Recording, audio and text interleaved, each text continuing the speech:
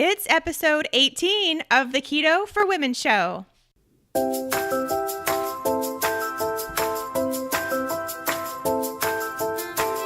You're listening to the Keto for Women show, and I'm your host and nutritionist, Shawn Miner. This show is designed to empower women to find their own expression of the keto diet to maximize their health and happiness. Now let's get started with today's episode.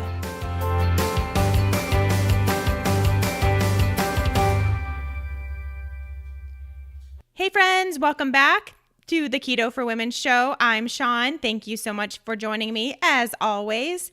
Today we have another keto Q&A session, getting through all of your questions that you've sent me. Such great questions, really. I very much appreciate all of the good questions I'm getting, and I think that because one person has the question, usually that means about 1,000 other people do. So it's really great that we're getting such good questions and that it's really helping a lot of our other listeners get the answers too, because we're all trying to figure this out, and helping each other is the best way to do it, I think. So when this podcast airs, I will be just finishing up my trip to Belize, and we'll be back next week to tell you how it went and let you know if I was able to be keto or not, which I have a feeling I will be, but you never know. I may just eat all the bread. Just kidding. I would never do that. My stomach would hurt for days. So be on the lookout for that update next week. This week, before we go into our questions, just a few things to catch you up on. I've decided that at the beginning of at least these keto Q&A sessions that I do, I'm going to start the episode by giving you guys what I ate this week kind of situation. Not every single thing, obviously, but give you maybe a cooking tip or an idea of what food I made for myself this week that was keto friendly, because I've just been getting a lot of requests to provide recipes and meal ideas and all this stuff here, which is great, but it's hard to share a recipe on a podcast. It's either something that is better written or videotaped or something like that. And just podcasting is a little hard to be like, oh yeah, use a quarter cup of this. So I won't do that. And secondly, the reason why is because I don't really create a whole lot of recipes. It is like pulling teeth to get me to create a recipe, which I do, and I'm going to be doing more often, but I just honestly am not a big fan, because I am not the kind of person that follows recipes. I have tons of cookbooks from friends and things like that that have been given to me over the years, and I don't use any of them. And they're all amazing cookbooks, but I just don't, it's not my style. It's not my personality to follow recipes. I kind of just do my own thing. And really, when I did that and just started doing my own thing in the kitchen, that's when I finally understood how to cook. That's when I finally had to teach myself what goes good together, how long to cook things, what to pair and not pair. So it has given me a little bit more education just by me having to throw myself in and do it. And when I'm doing this, I do not ever measure things or even think about writing them down or anything like that. So therefore, no recipes are ever created, even though they'd probably all be awesome, because if I do say so myself, I'm a pretty good cook. And I've just recently gotten that way and gotten a little better, especially with keto when you can use all the fat. So instead, I'm just going to give you an idea, give you a sneak peek of what I ate at some point this week that I think you guys might like to do, and it will give you some more ideas. If you follow me on social media, then you probably will have already seen a picture of what I will be sharing, because I do always post what I'm eating over on my social medias. So again, over on Instagram at Shawn Miner Health, and Facebook, same thing, Shawn Miner Health.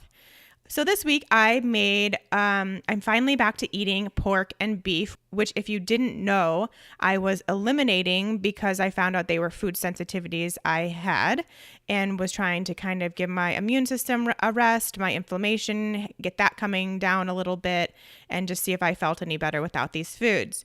To be honest, I didn't really feel all that different without them, and I feel totally fine bringing them back in. So although I do now know that I had some other things going on with the moldy gym and stuff like that. So not surprising that I wouldn't really notice a change just by taken out some foods. But anyway, I spent 3 months without beef or pork, which was very hard because I love both of those. It wasn't hard technically because obviously I just ate a lot of chicken and turkey and salmon. And so it wasn't like I had no idea what to eat. It was just hard mentally because I wanted my favorite foods back. So just able to start reintroducing those, and I did so this week with beef. I made a nice beef chuck roast that I got from the farm down the street. I have a share of a cow, and just plopped that into the slow cooker, which I actually use an Instant Pot, so it's not slow. And I highly, highly recommend an Instant Pot to anyone that just needs quick food, which I think is almost all of us at this point in our busy schedules. Like if you need food quick and you don't want to spend all this time doing it, but you know that dinner's going to be in an hour and you don't want to do anything, get an Instant Pot, throw some meat in there, throw some veggies in there, and you are good. It's so easy and comes out just like it was cooking all day in the slow cooker. It's the same exact thing, that probably even more tender, I would say, to be honest, and just like a quarter of the time, if that, maybe even less. So I use my Instant Pot and I put in that big piece of meat, I think is probably about 2.5 pounds, and some other veggies, which I had just basically used what I had left over from my farm pickup as well, which included some peppers, tomatoes, fresh tomatoes, onions, and leeks. I put all of those in the bottom of the pot, then put that meat on top of it, seasoned it with a bunch of spices. So I always go for like a Mexican type flavor. So I'll do like cumin, chili powder, paprika, garlic, salt, lots of salt. Be very liberal with the seasonings, very liberal with the salt. Close it up. And if you're slow cooking it, just leave it all day. If you're instant potting it or other pressure cooking it, then go about 90 minutes, maybe a little bit more. And you're good. And then you open it up and it's juicy and tender, and all the veggies kind of have made this sauce. It actually turned into more of like a sauce than anything, especially with those fresh tomatoes. So it's almost like this kind of tomatoey, peppery, spicy shredded beef, which was awesome. And then at the same time, while I was letting that cook about those 90 minutes, when it was getting close to being done, then I roasted some delicata squash. If you have not had delicata squash, you are missing out. It is so good. It's definitely my favorite squash. And I think a lot of people, especially in keto, don't really eat squash at all. You know, butternut, I can understand it is a little bit higher in carbohydrates, so some people may not do well with that or not want to include that. But spaghetti squash, delicata squash, those are actually more carb-free than you would even think. They're very keto friendly, I find, especially, you know, you don't need to eat the entire squash, but I actually cut them in half long ways. And so they became boats because in the center they are hollow. So you scoop out the seeds, and then I put a pat of butter in each boat and put them in the oven at 400 degrees for about probably 40 minutes. Salt, of course, don't forget the salt before you put them in the oven. Yeah, 40 minutes, and then they came out brown, soft. You just want to make sure, use a fork to puncture that squash flesh just to see if it's tender. If your fork goes right in, kind of like a potato, if your fork goes right in, then they're done. And they'll be a slightly brown too. So then I had both of these things available. So I put the shredded beef in that delicata squash boat and ate them together as the combo. It was so good. You can also just take delicata squash and slice it so they are rings, or even cut them in half long ways and then slice it so they're kind of like a moon shape, and roast them that way with salt and butter. And it is so good that way as well.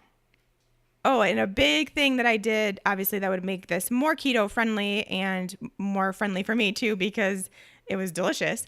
I added a pat of butter in between the squash I put more butter on that and then put the meat on top of it. So it kind of added to that juice, to that sauce I was talking about. And it was phenomenal. It was great. And if you are someone that does dairy, you could even put some cheese on top of that and even melt it for a little bit in the oven. On the side, I also had a side salad with my homemade ranch, which was great.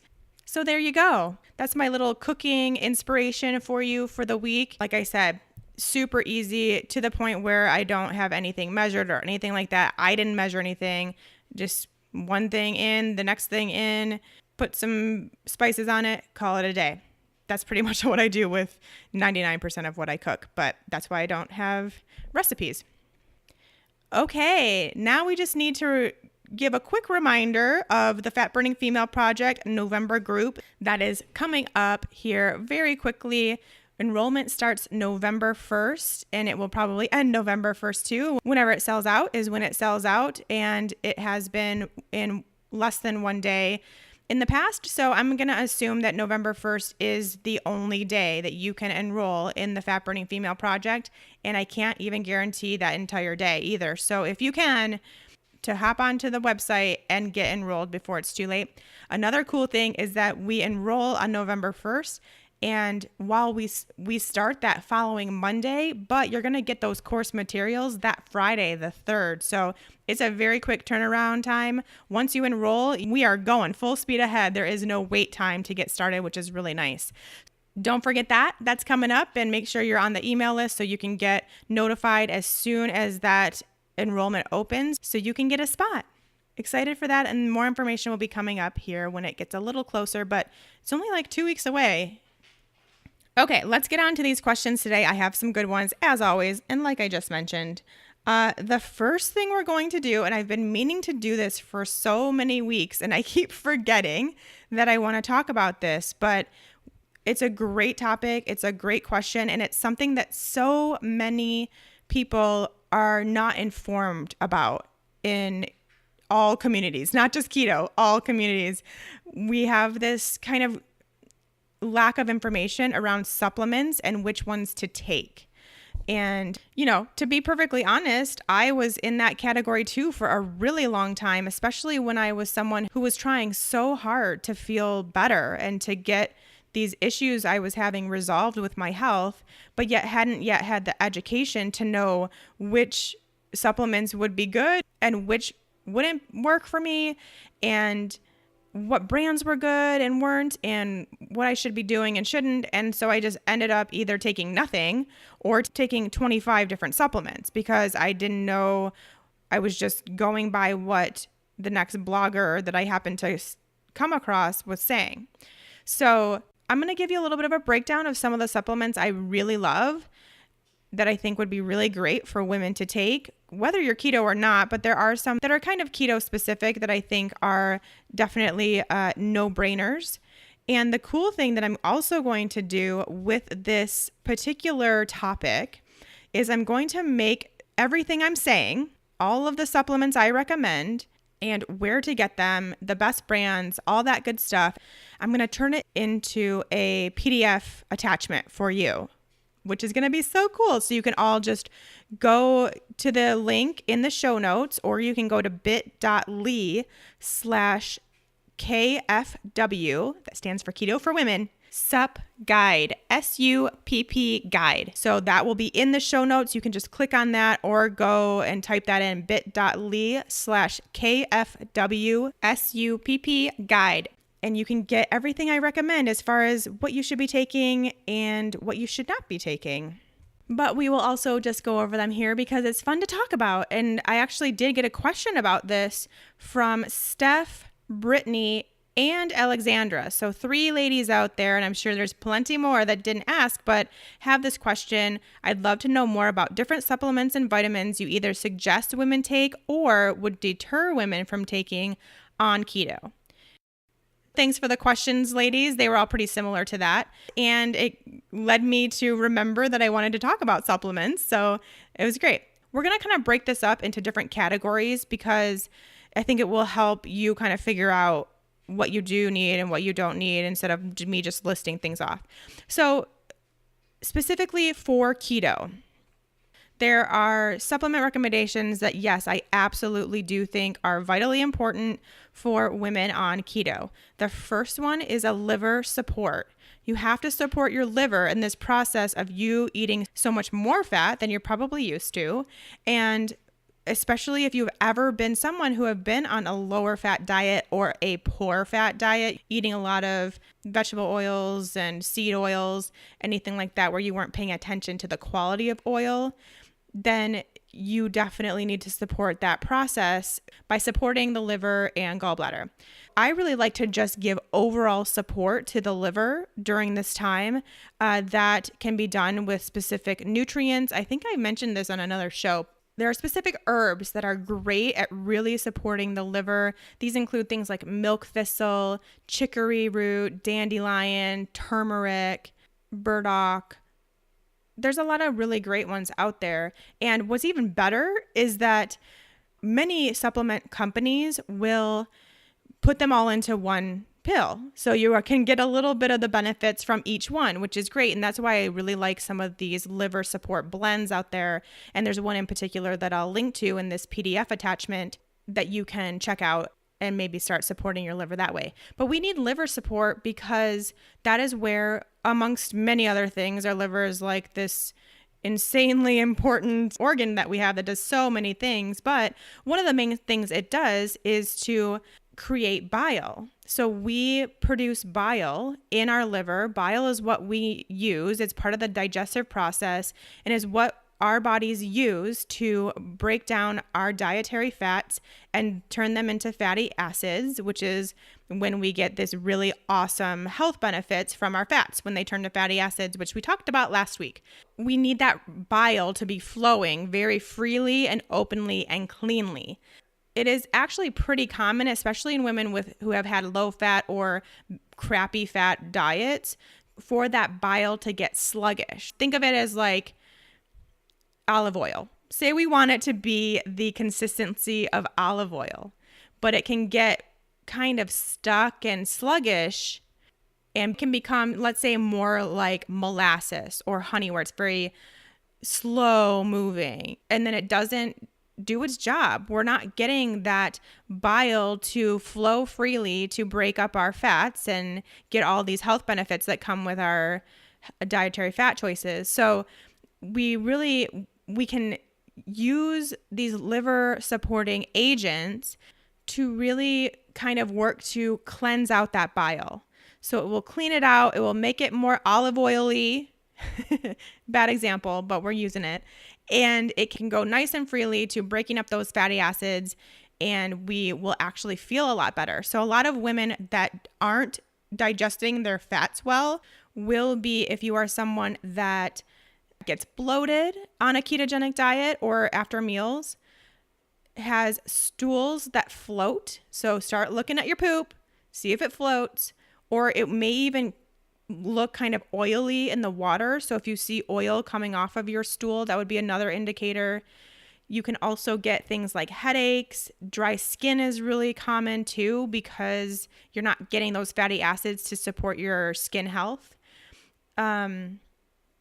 You can also have different color stools. So if your stools are really dark or green or gray, that would be another sign. So again, all things to just be on the lookout and start observing about yourself. But I personally think if you are someone that's going to be really increasing your fat intake, it would definitely not hurt you. It would only help you to support your liver. Our livers could all use some support most of the time. Let's be honest, we live in a pretty toxic world nowadays. So definitely worth thinking about and adding that to your day. And if you do, you just kind of take that with your meal and it helps.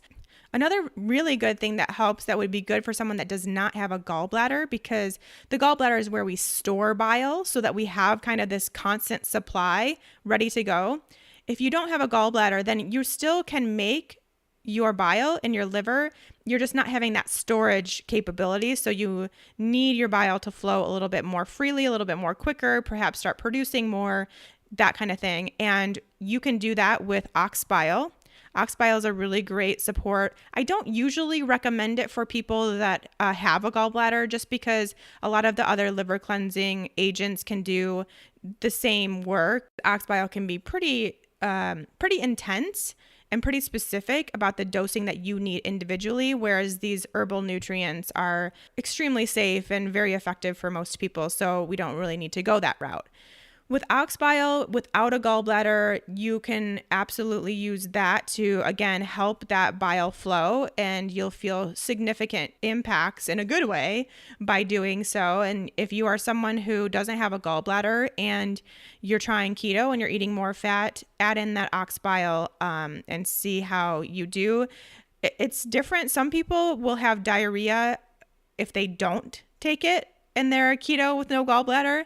Some people will have diarrhea if they do take it and they're keto with no gallbladder. That kind of depends on the person. It depends on how your liver is doing on its own. So it may be something where you need to start taking it to get rid of the diarrhea, because then it would be helping, and then eventually stop taking it because your liver has now learned that process. You're becoming much more efficient. Your keto is helping with that, which is great. And now you're producing enough bile on your own, and you don't need that ox bile support anymore, which you would know because, like I said, you'd start having diarrhea, or even some people notice changes in their digestion one way or the other. And that's when you know this is working and I need it because that's eliminating that, or it's not working. I don't need it anymore because it's now causing that. So keep that in mind too. This is, again, all these conversations we're having are you being in touch with your body, you understanding what your body is telling you. If you're taking something and it doesn't feel good, don't take it anymore. Okay, so that should sum it up for our liver support while keto. Highly recommend. The next thing I highly recommend, almost to the point that I wish I could just make it a standard for all ketonians, is electrolytes. And I know if you are someone who remotely follows anyone in the keto community, they are all about electrolytes, and I am also one of those. They help with so many symptoms of keto flu, or even when you're already in ketosis and you just have days where you don't feel 100%. It's because of your electrolyte imbalance in your body. So that's the cool thing, is that it's a super easy thing that is fixable quite quickly. The easiest thing to do to take electrolytes is to get a really good combo support of electrolytes. And if you don't know what I'm even talking about, calcium, magnesium, potassium, sodium, phosphate, chloride, those are considered electrolytes, which are basically minerals that have an electric type charge in our bodies. And they do amazing things. We need them for every single function of our body, but most of us notice it in our heart. If we start having heart palpitations or flutters or anything like that, it's actually because these electrolytes, they are responsible for proper contraction and relaxation of our muscles. And our heart is a muscle. It contracts and releases every time it beats. And so if you ever notice that you have heart palpitations, most commonly, of course, always check with your doctor, because the heart is not something to mess around with, and you really want to make sure that you are looking at the right thing. But a lot of times it is just an electrolyte imbalance, especially when you've gone keto. You're releasing a lot of water. When you release water, your electrolytes definitely get out of balance. And it starts producing these really crazy symptoms that we've never had before, because that's all happening very quickly in the process of keto adaptation. I mean, there are minerals, there are things that we need anyways. It's really just a great idea to get on an electrolyte support as soon as you can. Definitely as soon as you decide to go keto.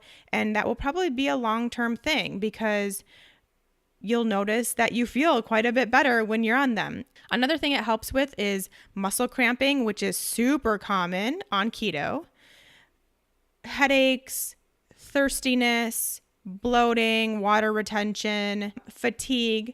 There are so many things that are associated with keto flu, or just ketosis in general, that are really just electrolyte imbalances. So always a good thing to take, in my opinion. I highly recommend them. They are a requirement in the Fat Burning Female Project, practically, because it takes so much of that transition issue out of it, and people feel so much better, and they're great. So we have these minerals. They come in a packaged form, so make sure you're getting an electrolyte support that has all of these. You can either take them, I really recommend just taking them kind of consistently and not waiting to get symptoms. Just use it kind of as a prevention measure.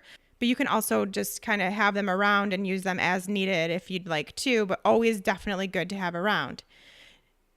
I will link, of course, to the brand that I recommend, the one I think works really well. It's in both pill and liquid form, which is really nice. So whichever one you prefer.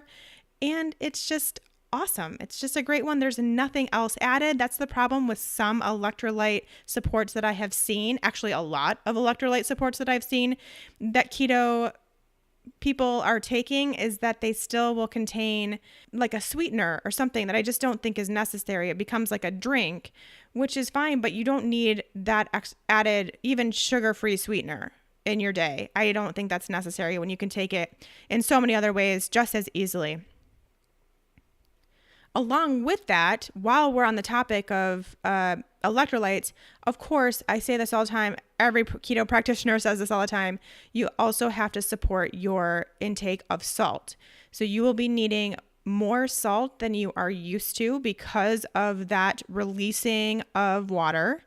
And it stays pretty constant while you're in ketosis. So you will need more salt. You can do that under the tongue. You can put it in your water, whatever you prefer. I like the taste of salt in my water, so I like to do that. Make sure it is of the highest quality that you can afford. So definitely not like Morton's iodized salt or whatever it might be. Make sure it's high quality sea salt, rock salt, Celtic sea salt. That would be a gray type salt. There's a lot of different really great salts out there and they taste really good too. So keep that in mind. That's just not really necessarily a supplement, but yeah, it's a supplement. We're going to call it that for the purpose of this topic. Those are the two absolutes for keto specifically. So no matter who you are, no matter what else you have going on, those two will help you with your ketogenic diet. Now let's go into some other things that you may also want to add based on what you have going on. The first category we'll do is just kind of like general supports or general health supports that we've probably heard out there would be great. So vitamin D. A lot of us are low on vitamin D and do need to supplement with it. We want vitamin D3. That is the one that our bodies can actually utilize and absorb. So vitamin D3. The only thing I will say is that you need to be tested. You need to have your vitamin D levels handy before you start taking vitamin D so you know how much to take, if you need to take it, how long, because you can also have too much vitamin D. You can absolutely take too much, you can be too high, and then you also won't feel well. And there are also ramifications for that. And anytime that is the case where we could take too much or do too much, I am always a fan of testing to know that so you don't put yourself at risk. So work with your practitioner, see if they can test your vitamin D. You probably can even ask for it from your doctor and maybe it's covered under insurance. If not, it shouldn't be too expensive of a test anyway. And it is just a blood test. So see how you're doing with that and then work with your practitioner to decide the dosing because you can go kind of a more therapeutic approach, which would be anywhere from like 10,000 to 20,000 IUs. If you're really, really low, you can do that for a short period of time and kind of gain some of your stores up and kind of get a handle on that low level and then even out and find a maintenance dose. Or you can start small and just kind of keep it at a maintenance dose closer to where you need to be. Symptoms of low vitamin D are often things that we just deal with and don't really think much of. Fatigue is the biggest one. Having immune system issues is a big one. Just not feeling motivated or happy, having any sort of mood issue would be a sign too. But definitely if you are someone that's just looking for overall health, supplementing with vitamin D is probably going to be great for you. Again, just with the warning to please get it tested first before you just start guzzling some vitamin D. Another thing I think is great for general support, and I was on the fence about this for quite a while, but I have felt the benefits and now I highly, highly recommend it for most people, is fish oil.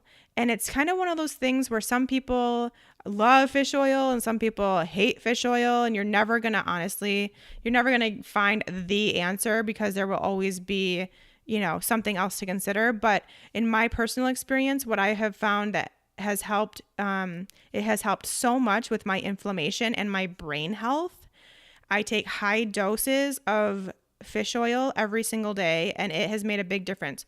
Also in my leptin levels, which we've talked about a few times in the past, and leptin resistance was something that I was dealing with for a long time, now free of, thank goodness. And really, the second I stopped taking high dose fish oil, my leptin levels creep back up because it is helping with my brain health to that level and keeping my inflammation down to really normalize my leptin. So if you're someone who has leptin resistance and you know it, if you're someone who thinks you might, which like I mentioned in the past would be unexplained weight gain, definitely consider fish oil. If you're someone that's looking for extra brain function, maybe you're not feeling as sharp as you used to or having memory issues or brain fog, fish oil is great for that.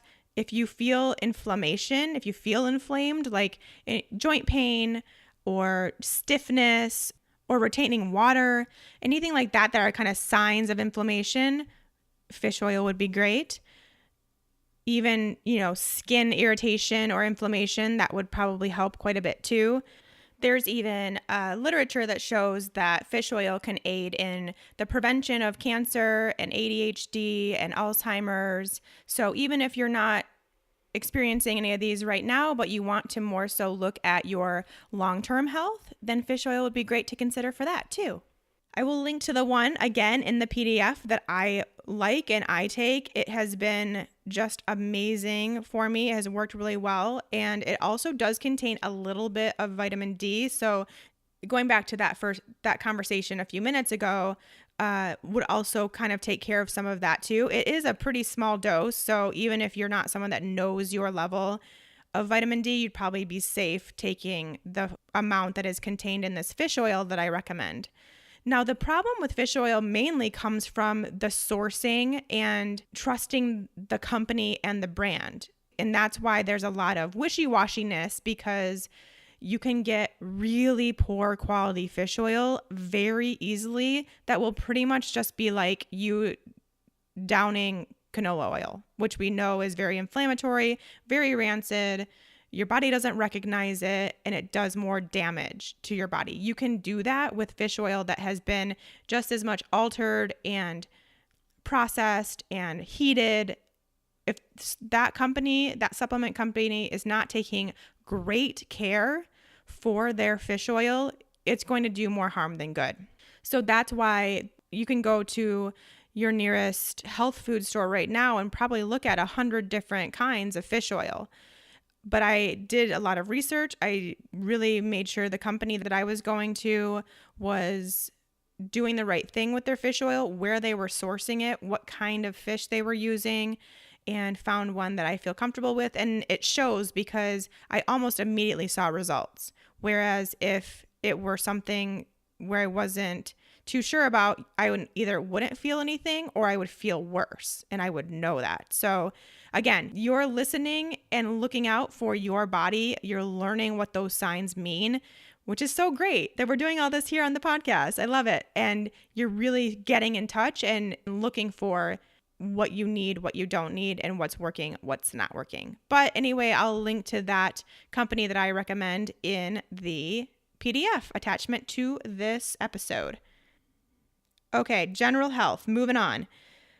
I think a lot of women, and the actual question that was submitted was, what don't you recommend?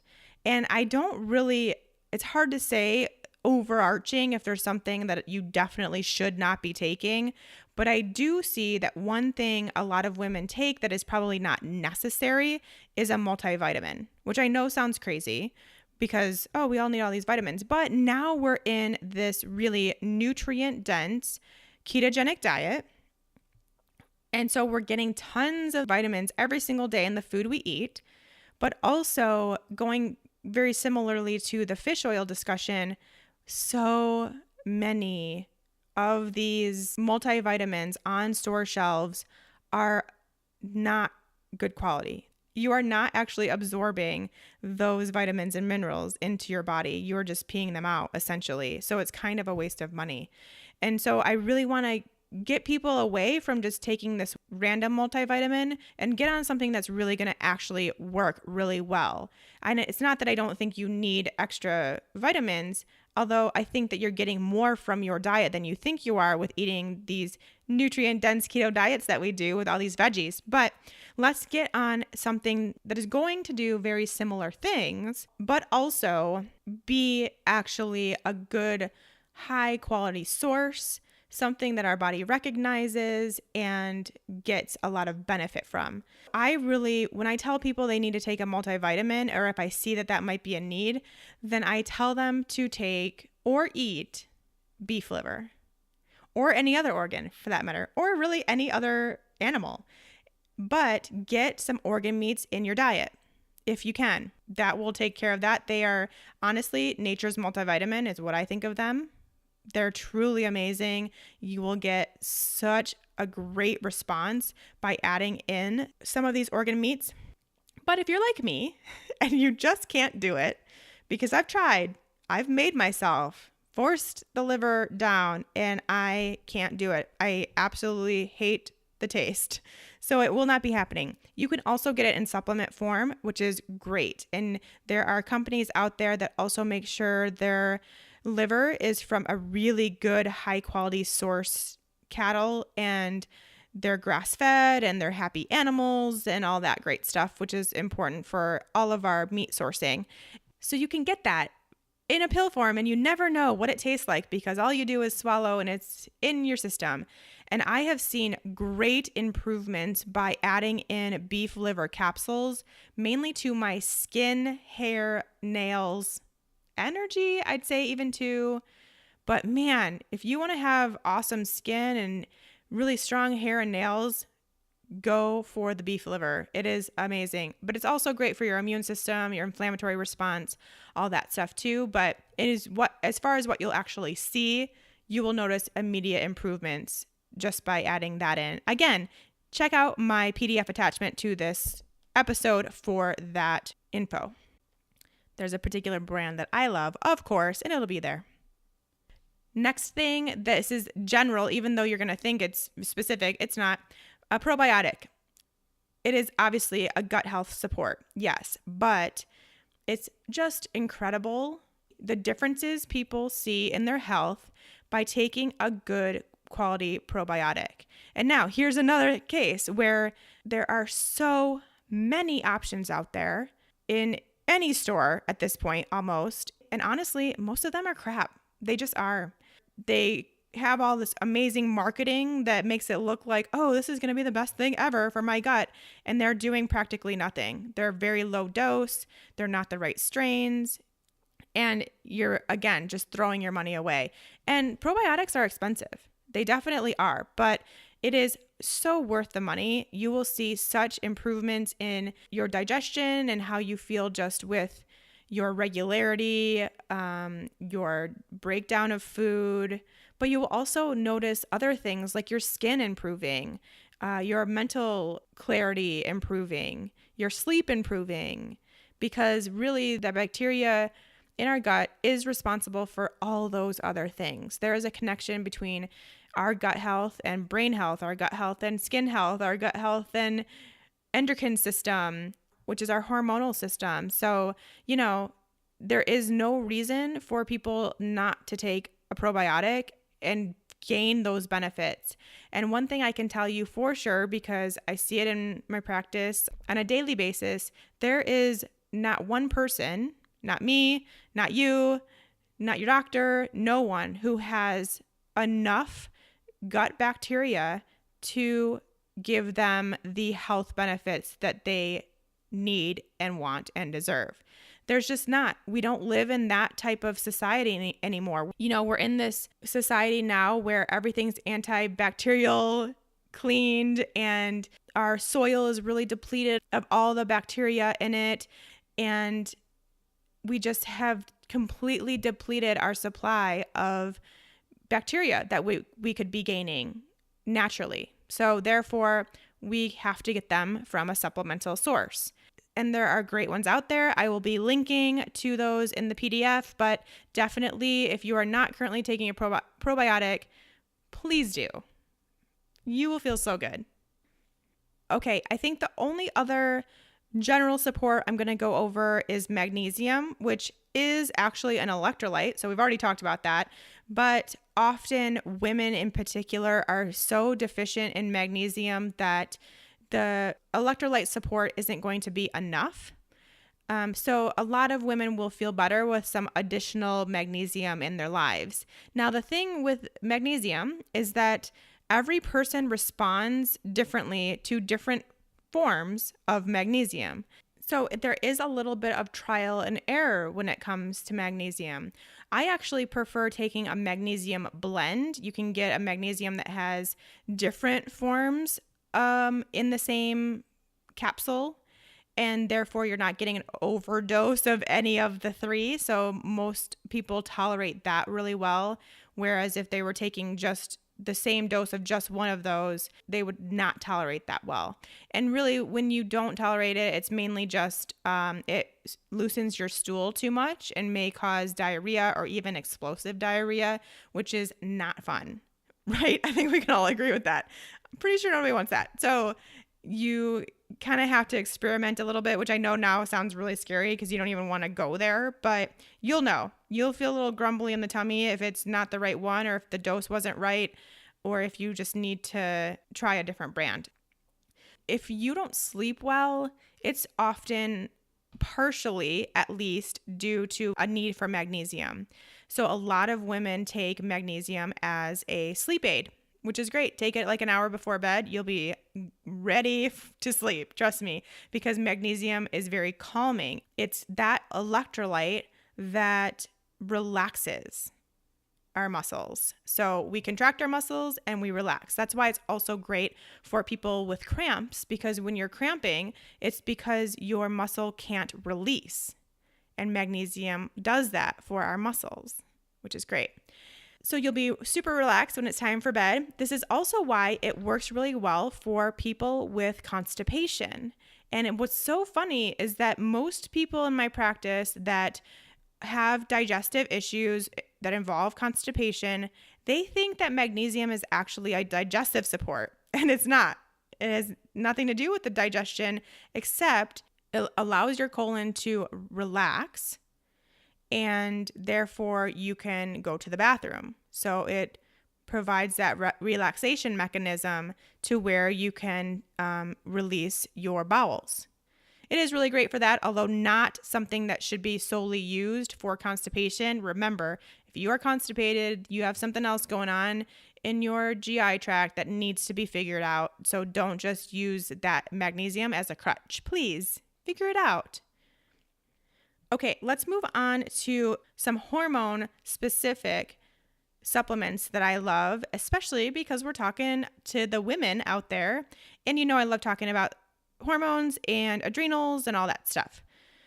To start off, if you are someone who thinks you may be having adrenal issues, hormonal imbalance, thyroid issues, anything like that, please get yourself tested via saliva or urine test.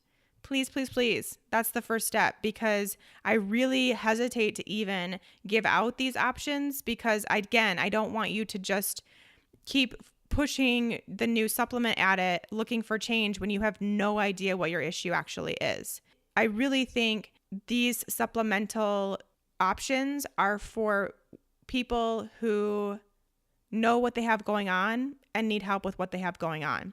So if you don't know, first you need to know, right? But then once you know, there are some supports that are really great. And any sort of protocol in order for you to work on your hormones is going to have some supplemental support. It just is. Now, it's not everything. There's so much that we need to do lifestyle-wise and diet-wise and all stuff we talk about here on Keto for Women, but you can absolutely use supplemental herbal support to help, and you should. For the adrenals, I really honestly just like using adaptogenic herbs to help the adrenal glands.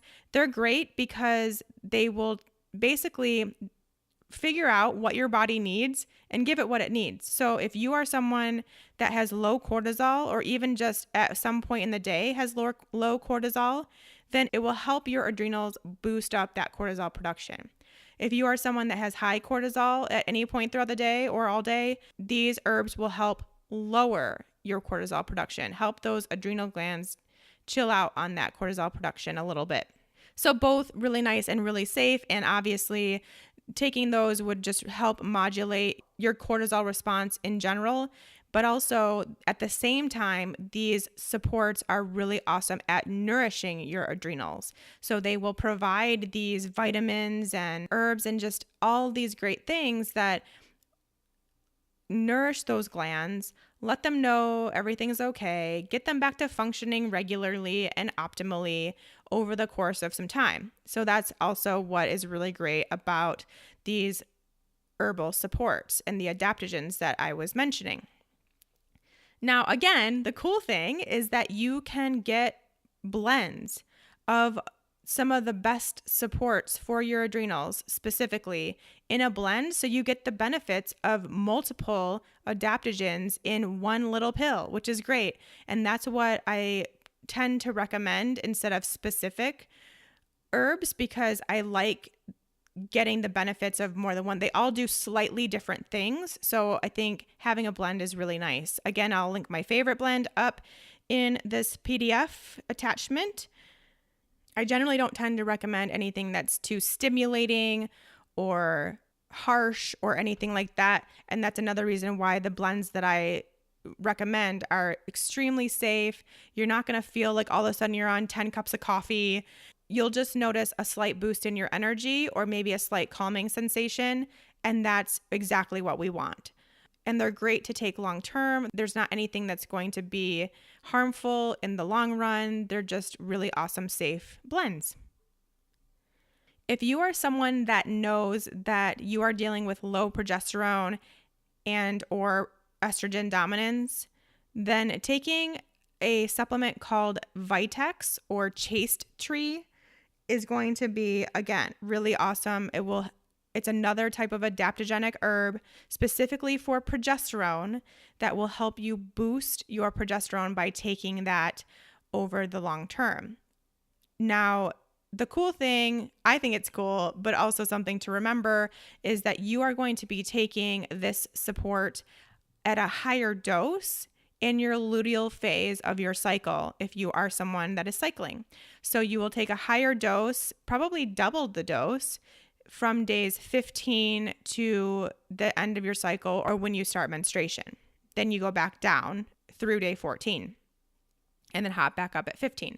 So there is a little bit of timing just because we need more progesterone. Progesterone is really dominant in our luteal phase. It has its peak there, whereas in the follicular phase at the beginning of our cycle, it's just kind of hanging out. It's definitely there, but it doesn't come into real play until the latter half of our cycle. So you will be doubling that. If you are someone that doesn't have a cycle, either you have amenorrhea and are working on your hormones, or you are menopausal or postmenopausal, then you can just take the same dose the whole time.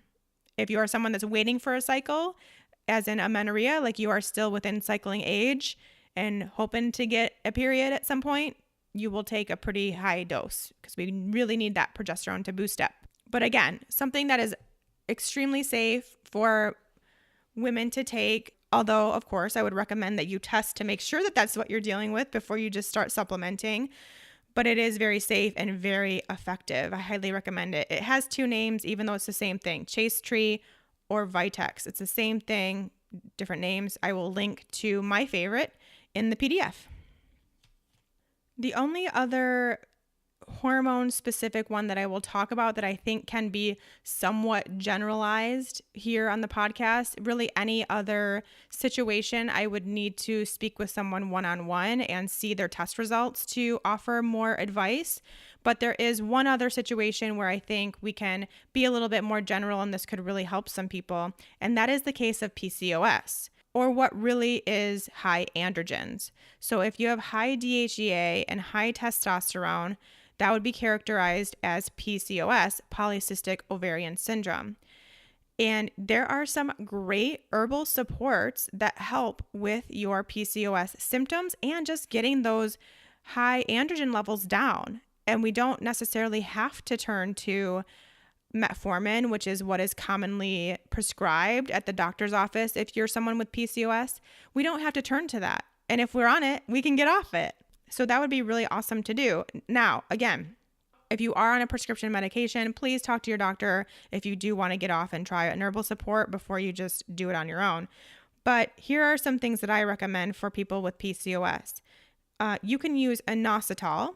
It's a polymer that really just works to improve your insulin function and the communication that your insulin and cells have. And that's why we have high testosterone quite commonly, is because we also have high insulin. They are very much connected. And that's the case with people with PCOS. Is the reason why they have PCOS is because they have blood sugar issues. And the reason why they're put on metformin is because it is a blood sugar handling prescription medication. It is not anything specific to PCOS. It's actually for people, like we heard last week from Hannah, for type 2 diabetes.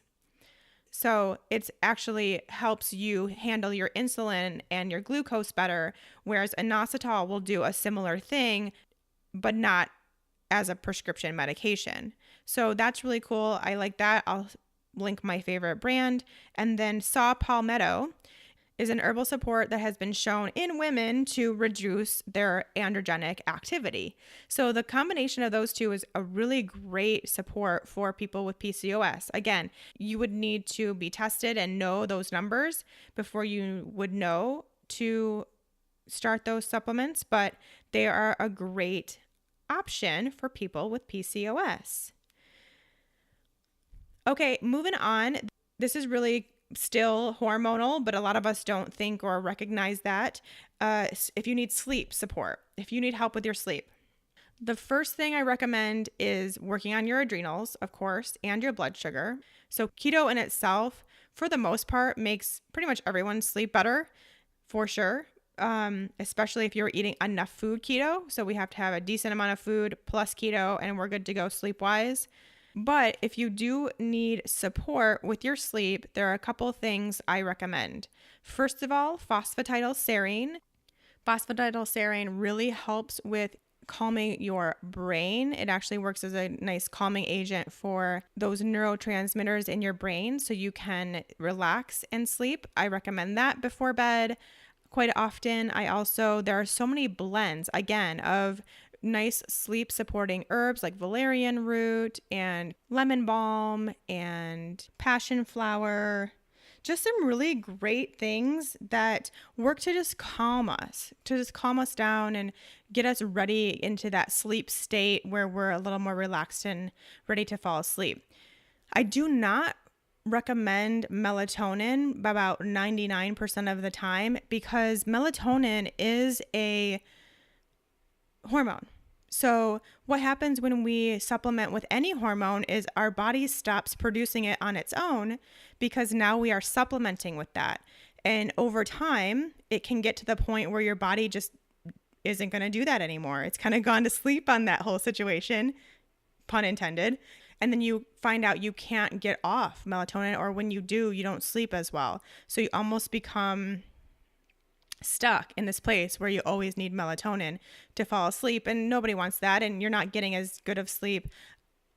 So I tend to shy away from that and instead just go for these herbal blends that will calm you down and get you ready for sleep. Again, I'll link to all of these so you know which ones I love, but they do work really well. Just take them about an hour before bed and you'll be ready to go. As long as you're doing all the other things that you need to do in order to get ready for bed, like taking time to shut down, away from blue light, unplugging, maybe doing some reading or something, taking a bath, getting to this place where you are ready to go and not still staring at your phone or computer or whatever right before you try to fall asleep. Okay, I think that's going to do it for now. Those are kind of the general ones that I can think of offhand. I'm sure there are more that are awesome, but maybe we can do an episode number 2 on this in the future. If you do have specific supplements that you're curious about, maybe we could go that route where you all send me what you want to take or are taking or don't know if you should take and list them off. And then I can kind of go through them one by one if I think there's women out there that are also curious about the same supplement. So those are my general good ones. These are all the ones I take. I think I take pretty much, well, besides the PCOS things, I think I take pretty much every one that I said. So I basically could have just looked into my supplement cabinet to get the answer to this question, but these are definitely the top ones. They're very safe. They're very good for long term.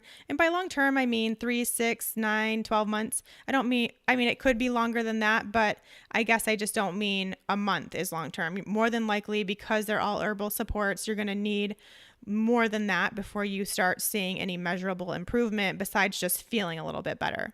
So keep that in mind, but they're safe to do that. And don't forget to get the PDF so that you can see which ones I recommend and the brands. And I'll even give you a little discount code so you can buy some of these ones I recommend at a discount.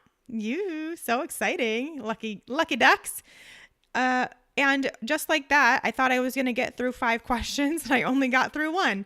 So who knew? I had no idea I needed to share so much about supplements. But like I said, there are so many people, and I used to be one of them, that had no idea what supplements to take or what they were actually doing. So I'm glad that we had this conversation. It's something I've learned a lot about over the years through the education I have gained, and now I can share it with you. And again, I know I mentioned this a few times in passing, but one thing I really want to reiterate as strongly as I possibly can without shouting into your ear, which is the quality of these supplements, no matter what supplements you decide to take, is of the utmost importance. Going to the local store and just grabbing the cheapest brand quite often is not going to yield you the results you are looking for.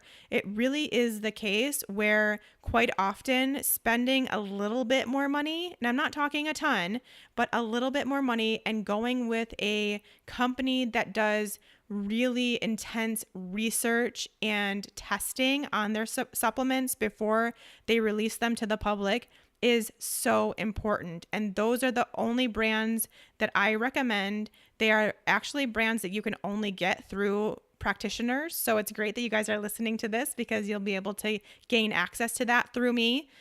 You can't get them on the store shelves because these brands refuse to be on store shelves along with these companies that aren't doing any testing or researching or anything before they just come up with this quick product and put it on the store shelves. And companies that actually pride themselves on their supports and what they can do refuse to kind of be in that category. So there's very different categories within supplement companies, and I've done a lot of research. I know the best ones, and those are the ones that I recommend because you'll actually see some improvements. It's amazing.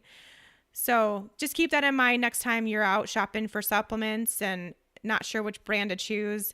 Find one, do your research, look up the brand, look at what they do, call them even, and see their practices for how they determine what they're going to put on the market and the testing they do.